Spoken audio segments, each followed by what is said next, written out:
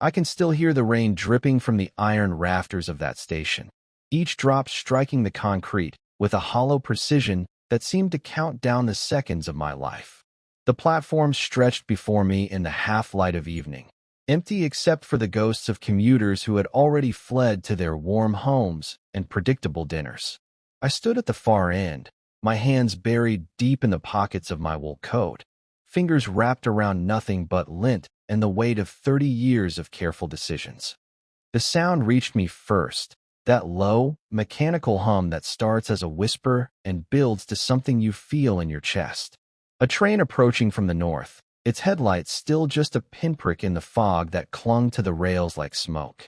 I should have been thinking about the schedule, about getting home before Evelyn started dinner, about the papers I still needed to grade. Instead, I was looking across the narrow divide that separated the platforms, looking at him. Julian stood there as if he had been waiting for me his entire life.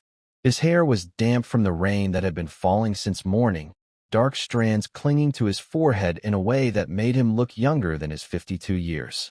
But it was his eyes that held me, the same eyes that had watched me across crowded rehearsal rooms 23 years ago, the same eyes that had seen through every careful wall I had built around myself. The distance between us could not have been more than 15 feet, but it felt like an ocean. Steam rose from the wet platform where the rain met the residual heat of the day. The air smelled of metal and salt, of endings and beginnings all mixed together in a way that made my throat tight. He spoke then, his voice carrying across the space between us with a clarity that seemed impossible over the growing rumble of the approaching train. "Kiss me now," he said, before I changed my mind. The words hung in the dampening air like a challenge, like a prayer, like the last honest thing either of us might ever say. Neither of us moved. That was the paradox of it. The very thing we both wanted most was the thing that would require us to cross a line we had spent decades drawing and redrawing in increasingly careful strokes. A lifetime of restraint pressed down on my chest like a physical weight, making each breath a conscious effort.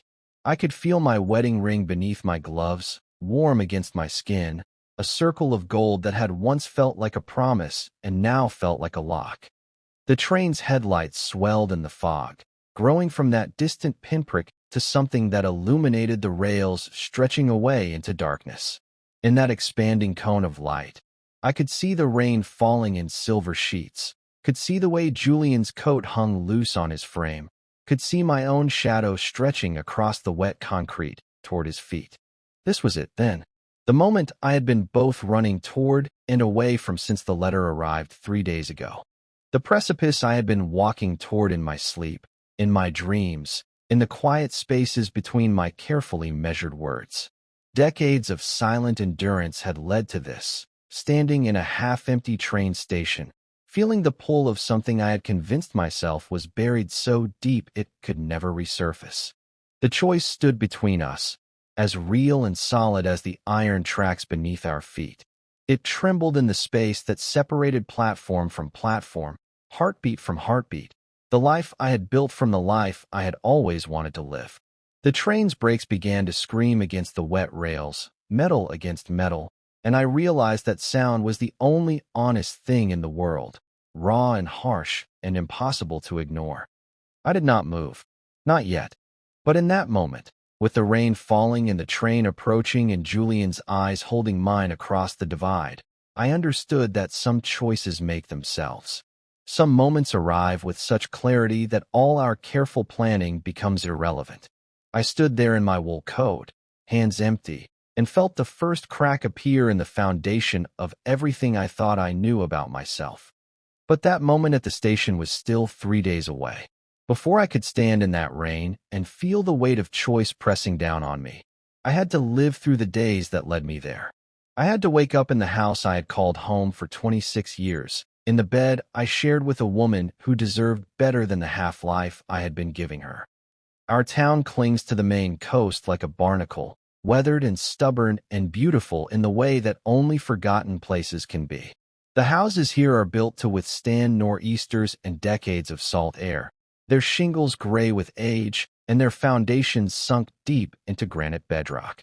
From my bedroom window, I can see the harbor where lobster boats bob like corks in the early morning mist, their painted hulls bright against the steel-colored water. I have been teaching history at Millfield High School for 18 years.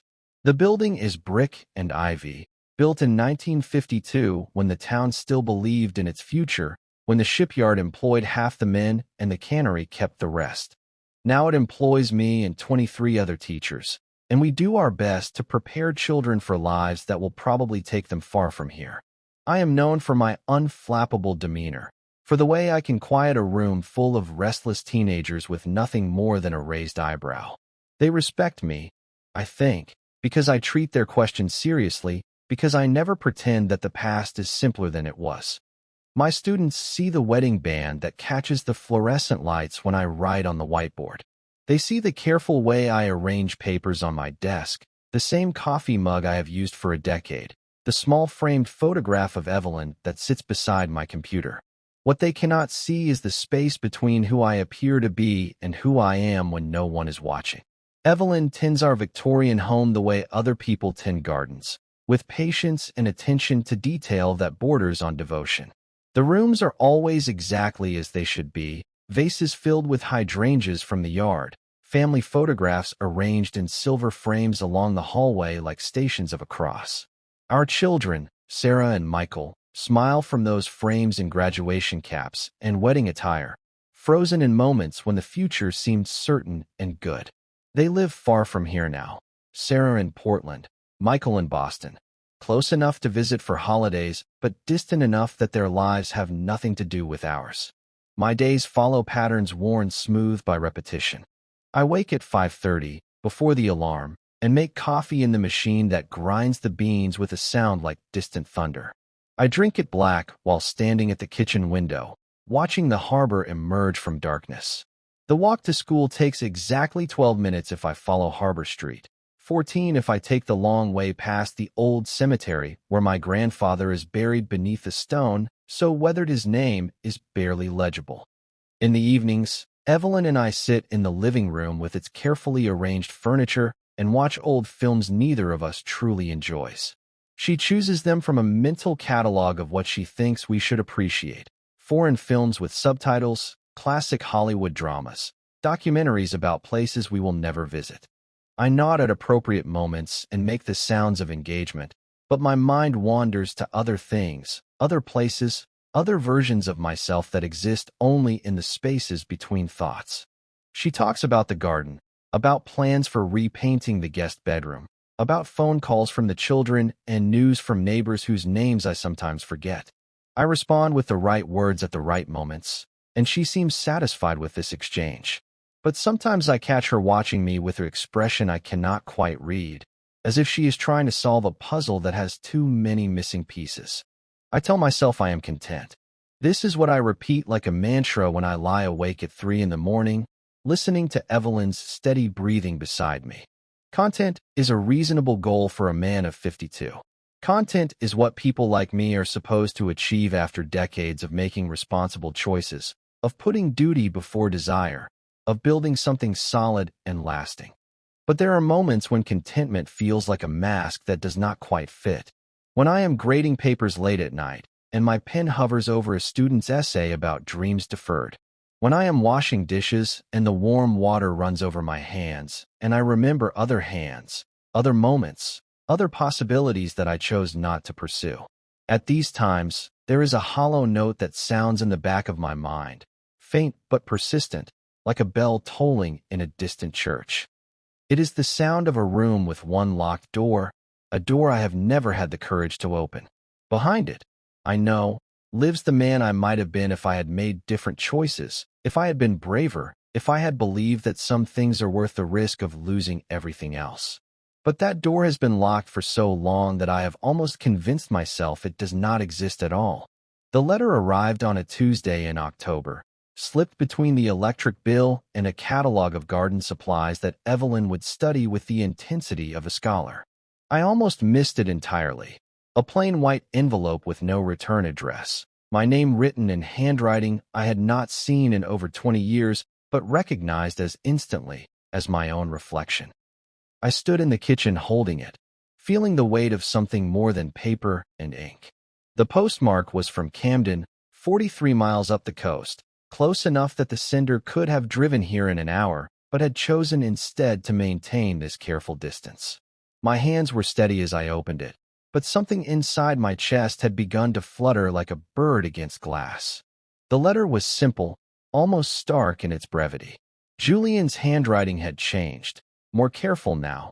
The letters formed with the deliberate precision of someone who has learned that words matter more than he once believed. He wrote about a reunion, a gathering of the old coastal summer theater troupe that had existed for exactly 3 summers in the late 1990s before dissolving the way most idealistic ventures do, quietly and without ceremony. The reunion would be held at the Osprey Inn in Rockport, the same weathered building where we had rehearsed in drafty rooms that smelled of wood varnish and salt. I could picture it as clearly as if I had been there yesterday, the way afternoon light slanted through tall windows, illuminating dust motes that danced above the worn wooden floors. The way the ocean was always present, even when you could not see it, a constant whisper just beyond the walls. He signed the letter simply, with just his name, but beneath it he had added a single line that made my hands tremble despite my best efforts to remain calm. I hope you remember that summer the way I do. I read the letter twice, then a third time, before sliding it carefully into the inside cover of a book on the Civil War that I kept on the kitchen counter. The paper felt dangerous there, hidden but present, like a match tucked away in a dry forest. Evelyn found me standing at the sink, staring out at the harbor where the afternoon light was beginning to fade. She asked what the mail had contained, and I heard myself telling her it was nothing important, just some correspondence about school board business. The lie came so easily that it frightened me, smooth and practiced, as if I had been preparing for this moment without knowing it. That night, I lay awake thinking about the summer Julian had mentioned, the one that existed in my memory like a photograph kept in a drawer, vivid but safely contained. I was 29 then, married to Evelyn for exactly 1 year, teaching my first classes at a high school in Portland, and trying to convince myself that my life was unfolding exactly as it should. The theater troupe had been Evelyn's idea, or rather, her suggestion. She thought I needed a creative outlet, something to fill the long summer evenings that stretched ahead of us like an empty canvas. She was working late at the bank that year, preparing for a promotion that never came, and I think she worried that I was becoming too solitary, too comfortable with my own company. Julian had been the director, though that title made the whole enterprise sound more official than it was. We were just a group of amateurs with pretensions and too much time, rehearsing plays in donated spaces and performing for audiences of friends and family who applauded more out of loyalty than appreciation. But there was something magical about those evenings, something that made me feel more alive than I had in years. Julian was different then, or perhaps I was different, or perhaps we were both different together in a way that neither of us could be alone. He directed with quiet intensity, seeing possibilities in all of us that we could not see in ourselves. When he looked at me across that drafty room, I felt as if he was seeing not just who I was, but who I could become. The days after the letter arrived passed slowly, marked by small deceptions that accumulated like snow. I told Evelyn I had grading deadlines that required evening work at school. I mentioned school board meetings that did not exist, curriculum committees that met only in my imagination. She accepted these explanations with the trust of someone who has no reason to doubt, and each lie felt like a small betrayal not just of her, but of the man I had convinced myself I was. But the thought of seeing Julian again bloomed in my chest with quiet, dangerous warmth. It grew stronger each day, fed by memories I had kept carefully buried for over 2 decades. I found myself remembering conversations we had shared, the way his laugh sounded in empty theaters, the night we had walked the pier until dawn talking about everything except the thing that hummed in the air between us like electricity. I made the decision on a Thursday evening while grading essays about courage in wartime. One of my students had written about soldiers who faced impossible choices, about moments when doing the right thing required risking everything they held dear. As I read her words, I realized that I had spent 23 years avoiding exactly those kinds of moments. choosing safety over honesty, comfort over truth. I looked up Julian's phone number that night, my fingers hovering over the keys of my laptop as if I were defusing a bomb. When I finally found it, listed in an online directory for a small marketing firm in Camden, I stared at the numbers until they blurred. I did not call that night or the next, but I wrote the number on a piece of paper and kept it in my wallet like a talisman. I called Julian on a Friday evening when Evelyn was at her book club, studying recipes for casseroles no one would eat and discussing novels that left everyone feeling vaguely dissatisfied. My hands shook as I dialed, but his voice when he answered was exactly as I remembered, warm and careful, with that slight rasp that came from years of projecting across theater spaces without proper amplification. He seemed genuinely surprised to hear from me, though not unpleasantly so. We spoke for less than 10 minutes, dancing around the real reasons for the call with the practiced politeness of middle-aged men who have learned to guard their hearts. But when I told him I would attend the reunion, the silence that followed felt full of things neither of us dared to name. I told Evelyn it was just a brief catch-up with old colleagues, people I had not seen in years who were gathering to reminisce about amateur theater productions that had long since faded from everyone's memory but our own. She accepted this explanation with the same quiet trust she had shown all our married life, asking only if I needed her to pack anything special for the overnight trip. The drive to Rockport took just over an hour, following coastal roads that curved between granite cliffs and hidden coves where the October light struck the water like scattered coins. I had made this drive countless times over the years, but never with this sense of moving towards something that might change everything. My hands gripped the steering wheel with unnecessary force, and I found myself rehearsing conversations that would probably never happen. The Osprey stood exactly as I remembered it, though perhaps more weathered, its cedar shingles silvered by decades of salt air, and its wraparound porch sagging slightly under the weight of too many New England winters. The parking lot was gravel, and my shoes crunched against the small stones as I walked toward the entrance with my overnight bag slung over my shoulder like a shield. Julian was there in the lobby when I stepped inside, and the sight of him made something in my chest tighten and release all at once. He was taller than I remembered, or perhaps I had simply forgotten how he had always seemed to fill whatever space he occupied. The years had weathered him, carved lines around his eyes and mouth that spoke of both laughter and grief, of a life lived more fully than my own careful existence had allowed. His hair was still thick but grayed at the temples, and he wore a blue sweater that brought out the color of his eyes in a way that made me remember things I had trained myself to forget. When he saw me, his face broke into a smile that was both familiar and strange, like returning to a childhood home and finding that all the rooms were smaller than memory had made them. We shook hands like the acquaintances we were pretending to be, but his fingers lingered against mine for just a moment longer than politeness required. The air between us felt unchanged and yet heavier now, weighted with all the years that had passed and all the words we had never spoken. Other reunion guests moved around us, voices rising in recognition and laughter, but for those first few moments it felt as if we were alone in the world. The group was smaller than I had expected, perhaps a dozen of us who had survived the intervening decades with enough nostalgia intact to justify a weekend of organized reminiscence. There was Margaret, who had played Lady Macbeth with terrifying intensity, now teaching elementary school in Bar Harbor. David, our former lighting technician, had become a successful contractor and arrived in a pickup truck that looked capable of surviving the apocalypse. Others whose names I struggled to remember, but whose faces carried the ghosts of younger selves. We spoke over dinner in the inn's dining room, the conversation flowing like wine between memories of plays we had performed and summer evenings when the world had seemed full of possibility. I found myself laughing in a way I had not in years, not the polite chuckles that punctuated dinner conversations with Evelyn, but genuine laughter that came from somewhere deep in my chest and surprised me with its intensity. Julian sat across from me at the long table, and I caught him watching me in moments when he thought I was not paying attention. He noticed small things that no one else would see, the way I still bit the inside of my cheek when thinking, a habit from childhood that had never quite disappeared. The pause I made before admitting that I missed the ocean at night, missed the way the sound of waves could make any problem seem smaller and more manageable. After dinner, when most of the group had scattered to their rooms or to the inn's small bar, Julian and I found ourselves walking the grounds together. The October air was crisp and carried the salt smell of the harbor below us, where boats bobbed at their moorings like sleeping birds.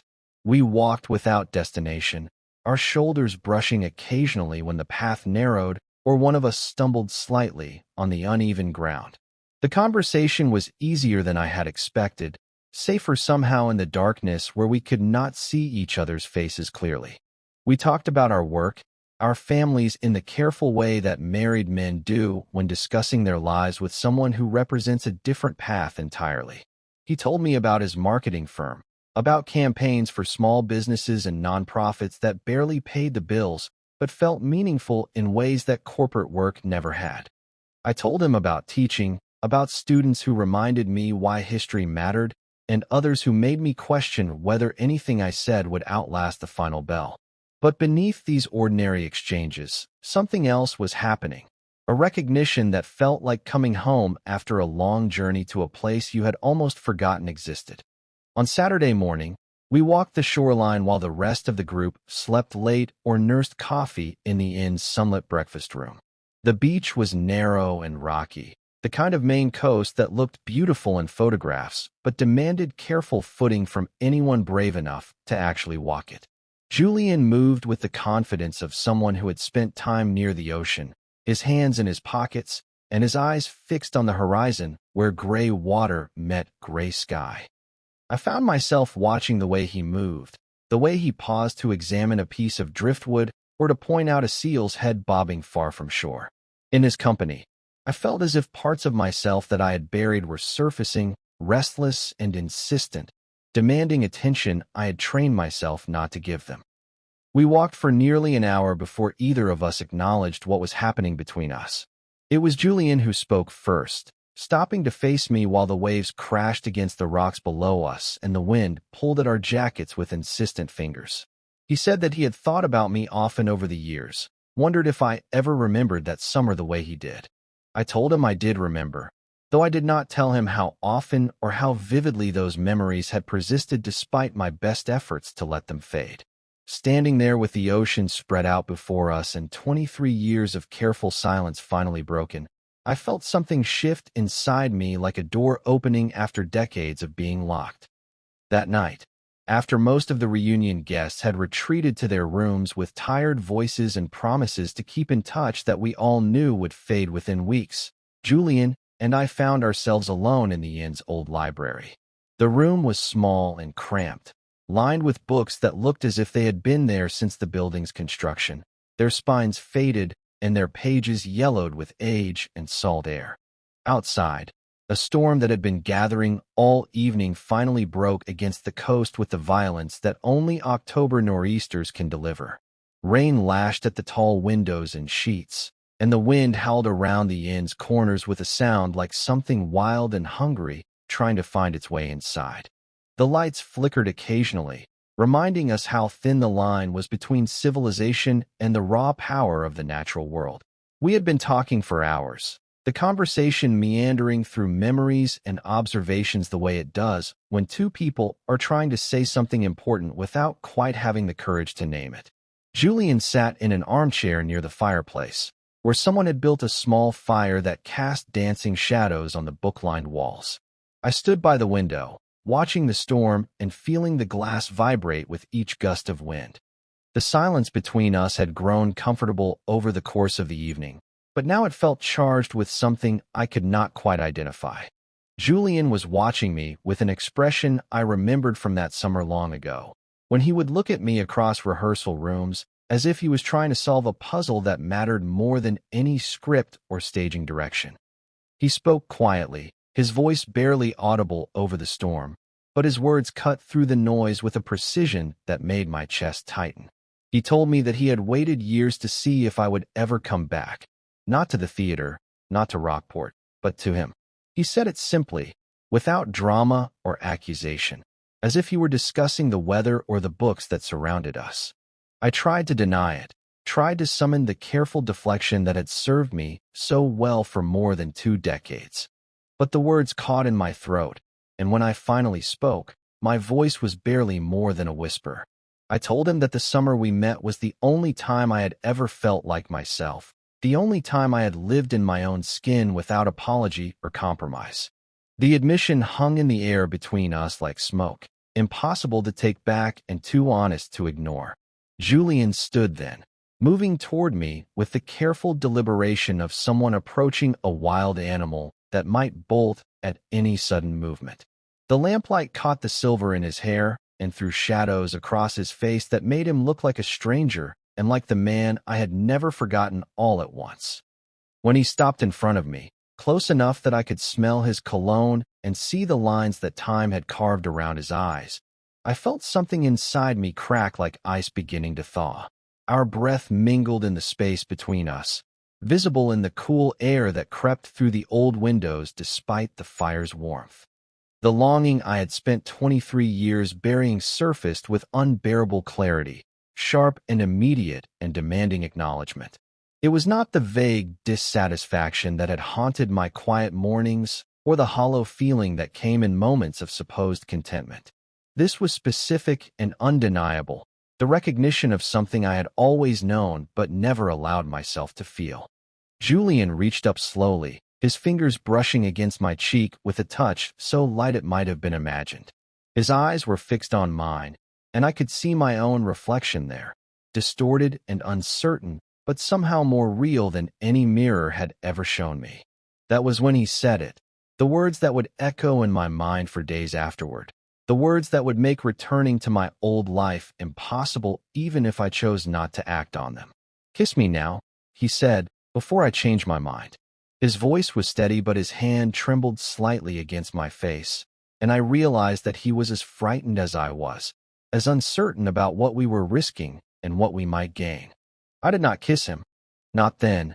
Not in that moment when the storm raged outside, and the fire crackled in the grate, and the whole world seemed to have narrowed to the space between his lips and mine. But standing there with my heart hammering against my ribs, and my carefully constructed life feeling suddenly fragile as tissue paper, I understood the truth with perfect, terrifying clarity. The life I had built was a shell, beautiful perhaps from the outside, but hollow at its core.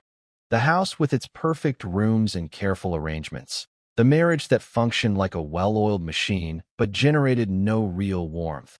The days that passed in orderly succession but added up to nothing that felt like living. All of it was elaborate camouflage for the fact that I had been sleepwalking through my own existence.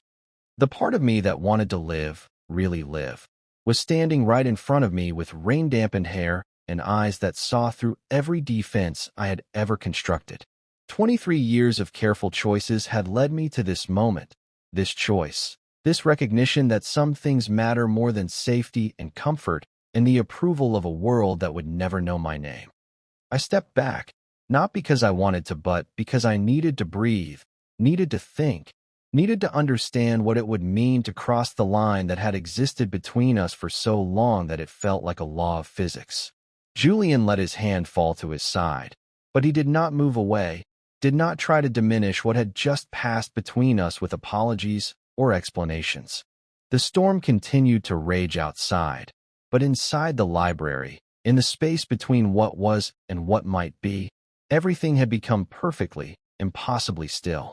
The drive home from Rockport passed in a blur of coastal highway and October light filtering through clouds that still carried the memory of the previous night's storm. I gripped the steering wheel and tried to convince myself that I could return to my life as if nothing had changed, as if those moments in the library had been just another scene from one of our old plays, performed and then forgotten. But when I walked through the front door of our Victorian house, with its familiar smells of lemon polish and the lavender sachets Evelyn tucked into every closet, I felt like an imposter stepping into someone else's carefully arranged life. The hallway photographs smiled down at me with faces I recognized, but could no longer quite claim as my own. The wedding picture near the stairs showed a young man who looked like me, but seemed to belong to a different century, a different world entirely. Evelyn was in the kitchen when I arrived, arranging late-season dahlias in the blue vase that had belonged to her grandmother. She looked up when I entered, and for a moment I was struck by how beautiful she still was at 49, how her blonde hair caught the afternoon light, and how her movements carried the grace of someone who had never questioned her place in the world. She asked about the reunion with the kind of polite interest that marriages develop after decades of shared routine. I heard myself telling her about the other attendees, about plays we remembered and careers we had pursued, but the words felt hollow in my mouth, as if I were reading lines from a script I had not properly rehearsed.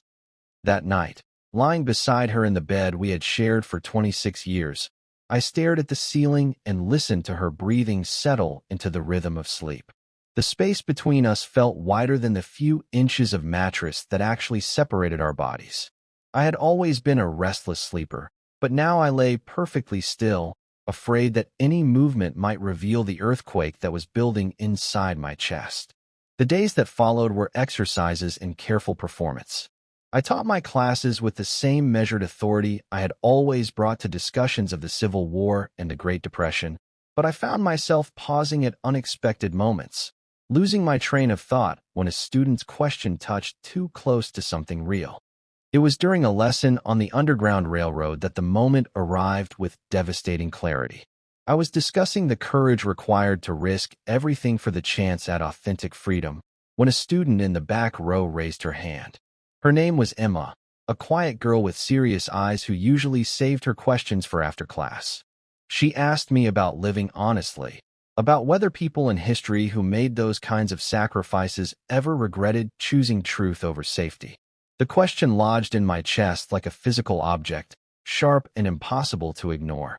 I stood there at the front of the classroom, marker in hand, and felt 23 pairs of teenage eyes waiting for an answer I was not sure I could give. I told them that history was full of people who chose difficult truths over comfortable lies, that courage was not the absence of fear, but the decision that something else mattered more than fear. But even as I spoke the words, I could hear the hypocrisy in my own voice, could feel the weight of a life built on the very compromises I was telling them to reject. Evelyn began to notice my distraction in ways that no amount of careful acting could disguise. She asked pointed questions about my late nights at school, about the papers I claimed to be grading but never seemed to finish. Her blue eyes, which had always held a trusting warmth, began to carry something cooler, more watchful. One evening, she found me standing at the kitchen sink, staring out at the harbor as darkness fell across the water. She asked if something was wrong, if there was anything I needed to tell her. The question hung between us like a bridge I could choose to cross or leave unbuilt, and for a moment I almost told her everything. About Julian, about the library, about the man I had been pretending not to be for more than half my life. Instead, I told her I was fine, just tired from the demands of the new school year. She accepted this explanation with the patience of someone who had learned to live with partial truths, but I saw something shift in her expression, a small retreat that felt like a door closing somewhere far away. The decision built inside me slowly but with the inevitability of a tide. It was not a sudden revelation but a gradual understanding that I could not continue to live as a ghost in my own life, could not continue to rob both Evelyn and myself of the chance at something real and honest and whole. I found myself making small preparations without consciously choosing to do so. I cleaned out my desk at school more thoroughly than usual. I paid bills weeks in advance. I found myself looking at familiar objects, my coffee mug, my favorite chair, the books I had collected over decades, as if I were already saying goodbye. The night I finally spoke came without warning or ceremony. It was a Tuesday in November, unremarkable except for the way the kitchen light caught the silver in Evelyn's hair as she loaded the dishwasher with our dinner plates. She moved with the efficient grace that had characterized all her actions for as long as I had known her, each gesture purposeful and precise. I stood in the doorway watching her, and suddenly I could not bear another moment of the careful charade we had been performing for each other. The words came out slowly, carefully chosen but inadequate to the magnitude of what I was trying to explain. I told her that I had been living a lie, not just for months or years but for decades. I told her that she deserved someone who could love her completely, without reservation or the shadow of something else always pulling at the corners of his heart. I did not tell her about Julian specifically, but I told her enough. About the part of myself I had never been able to share with her, about desires I had spent a lifetime trying to suppress, about the growing certainty that continuing to pretend would destroy us both in ways that honesty, however painful, could not. Her silence was the worst part. She stood with her back to me, her hands gripping the edge of the sink, and for what felt like hours but was probably only minutes, neither of us spoke. When she finally turned around, her face was composed in a way that somehow made my heart break more completely than tears would have. She did not ask me to stay. She did not cry or rage or demand explanations I could not give. She looked at me with eyes that held 26 years of shared history and said simply that she had always known, somewhere deep down, that this day would come.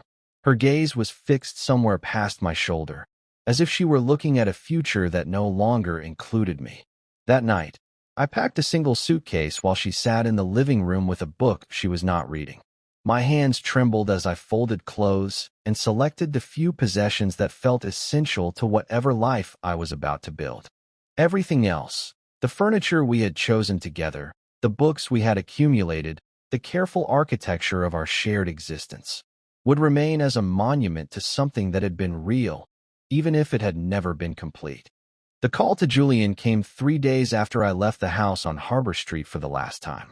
I made it from a motel room in Brunswick, with my suitcase open on the bed and rain streaking the windows like tears on glass. When he answered, I could hear the surprise in his voice, but beneath it was something else, a readiness that suggested he had been waiting for this call without knowing when or if it would come. I told him simply that I had left, that the choice we had stood before in that library had finally been made. The silence that followed was not empty but full, heavy with the weight of 23 years of waiting and the promise of whatever might come next. When he spoke again, his voice was steady but soft, and he gave me an address, a time, and the kind of directions that suggested he had planned for this moment even when hoping seemed impossible. The train to Camden left from the same station where I now stood, watching rain drip from iron rafters and feeling the vibration of approaching wheels through the soles of my shoes. But this time I was not the man caught between two platforms, paralyzed by the magnitude of choice.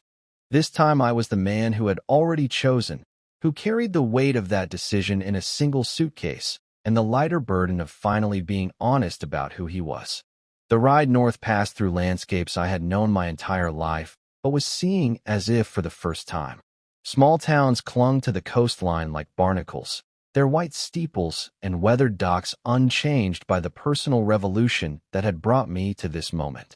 But everything felt different now, sharper, more vivid, as if I had been living my life through frosted glass and someone had finally wiped it clean. Julian had told me to meet him at the station in Camden, the same one where commuter trains delivered day workers to their jobs in Portland and beyond. It was smaller than the platform where our story had begun, more intimate, with wooden benches instead of concrete and flower boxes that someone still tended despite the lateness of the season. When my train pulled in, the late afternoon light was already fading into the gray twilight that comes early to Maine in November. I stepped down onto the platform with my suitcase in hand, feeling like a man arriving in a country where he had never been but had always belonged. The air was cold and carried the salt smell of the harbor, mixed with the scent of rain that had been falling all day. Julian was there, standing near the far end of the platform exactly as he had in my memory of that first moment, that scene that had played in my mind countless times over the past weeks. But this time there was no distance between us, no tracks to cross or choice to make. This time he was simply waiting, his hands in the pockets of a coat I did not recognize, his eyes fixed on mine with an expression of such open hope that it made my chest tight with gratitude and terror in equal measure. We looked at each other for a long moment, taking in the reality of this meeting after everything that had led to it. He looked older in the gray light, more weathered by whatever his own decades had brought him, but his eyes held the same intelligence and kindness that had first drawn me to him in that summer rehearsal room so long ago. There were no speeches, no declarations of love or promises about the future. We both understood that this moment was too fragile for grand gestures, too precious to burden with expectations or certainties we could not guarantee. Instead, I took one step forward, then another, closing the distance between us until we stood close enough that I could see my own reflection in his eyes. The kiss, when it finally came, was quiet and almost tentative, as if we were both afraid that moving too quickly might shatter whatever magic had brought us to this place. But it contained within it all the years we had lost, and all the years we might still have, all the words we had never spoken, and all the choices we had been too afraid to make. His lips were warm despite the cold air, and I could taste the salt wind on them, could feel the slight tremor in his hands as they came up to frame my face. For a moment that stretched like eternity, the world narrowed to just this: the pressure of his mouth against mine, the sound of our breathing mingling in the space between heartbeats, the impossible fact that after 23 years of careful distance, we were finally here.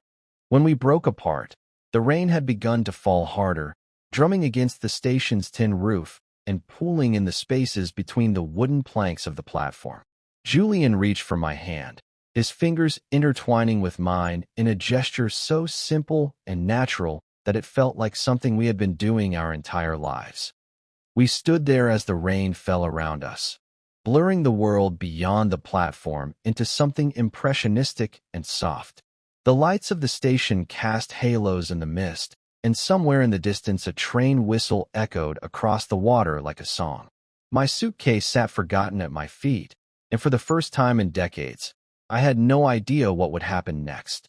But as Julian's thumb traced small circles across my knuckles and the rain continued to fall, washing the platform clean around us, I realized that not knowing felt like the most honest place I had ever been.